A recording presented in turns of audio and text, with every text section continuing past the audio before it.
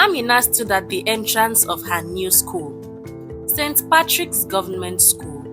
Her heart was pounding in her chest. Unlike Royal Crest Academy, where she had been treated like a queen because of her beauty, this place felt different.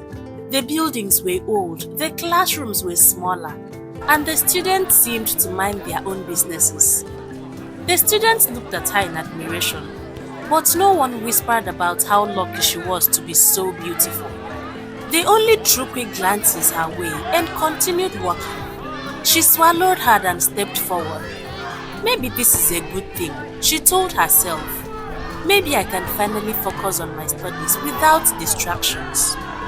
Amina quickly realized that blending in was not as easy as she had thought. The school was nothing like Royal Crest Academy. The teachers were strict and the students were competitive. There was no special treatment here. If you fail, you fail. And if you pass, you pass. No one cared about your background or looks. Mr. Hassan was the literature teacher, and he was the worst. He was a tall, grumpy man who seemed to have no patience for nonsense. "You, the new girl," he called out one morning.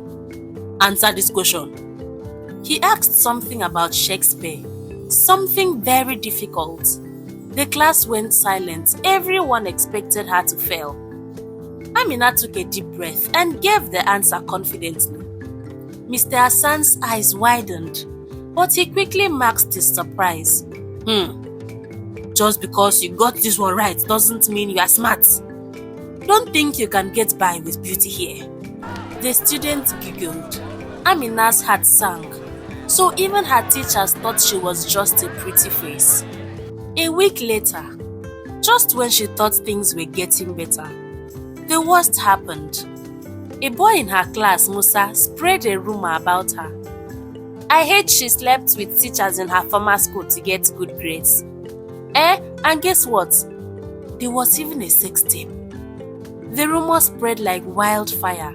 Within hours, people started whispering when she walked past. Girls rolled their eyes. Boys smirked at her. Even some teachers started treating her differently. More distant, more careful. Amina felt like she was suffocating. The admiration she had once received had turned into disgust. Why is this happening again? She thought. She became secluded and studied harder. She barely lifted her hands to answer questions in class because she did not want the attention. She started studying after school hours before going home. She really wanted to prove herself. One day, as she sat alone in the library, pretending to study while fighting back tears, a girl pulled out the seat next to her and sat down. "Hi, I'm Fatima." Amina glanced at her surprised. No one had willingly sat next to her in days. "I don't believe those rumors. I know what it is like to be judged unfairly," Fatima said. "You do?" Amina blinked. "My parents are poor, and I was bullied for years because of it. People called me dirty and useless, but I worked hard and proved them wrong." Amina felt a lump in her throat. For the first time in weeks, she smiled, and from that day, they became best friends, studying together, sharing lunch, and ignoring the gossip.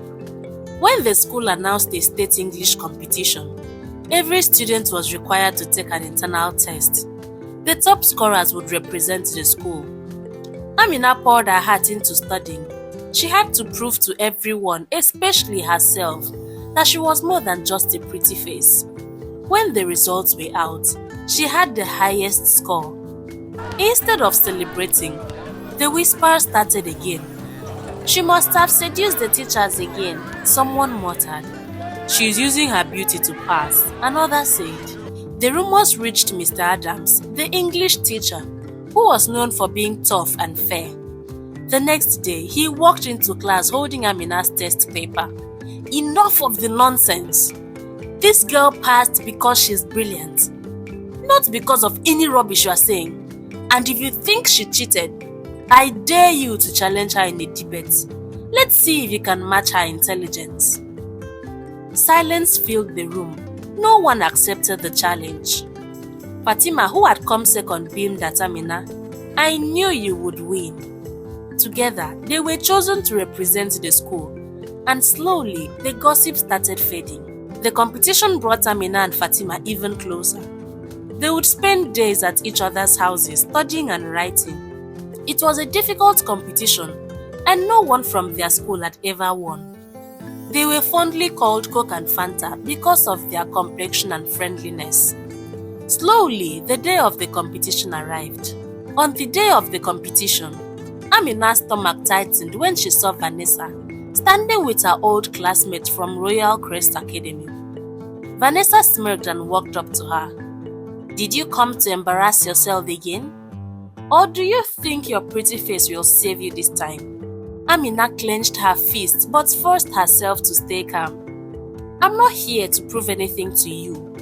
We both know you know your place," she replied. The competition was so intense. Students wrote essays, debated topics, and answered complex questions. At the end, the results were announced. Amina from St. Patrick's Government School, first position. Vanessa from Royal Crest Academy, second position. Fatima from St. Patrick's Government School, third position. Amina's heart leaped with joy. The audience erupted in applause. But it wasn't just an ordinary applause. It was the kind of applause that meant respect. Amina was invited to give a speech as the overall winner.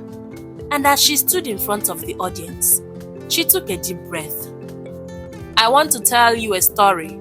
A story about how I almost lost everything because I made bad friends. And how I gained everything because I made another good friend."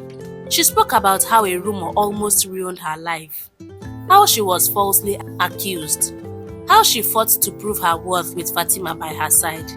The audience was stunned, and Fatima smiled confidently. The state governor who was present immediately offered an investigation into the case. During the investigation, it was discovered that Vanessa started that rumor because of jealousy, and that she had paid some of the students to corroborate her lies. It was also discovered that she was the one who convinced Amina to go to that party.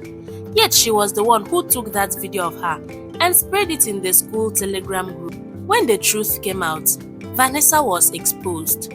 The rumors had started with her out of pure jealousy. Vanessa was suspended for a year. The teachers who had participated in covering up the scandal were also punished. Amina's name was finally cleared.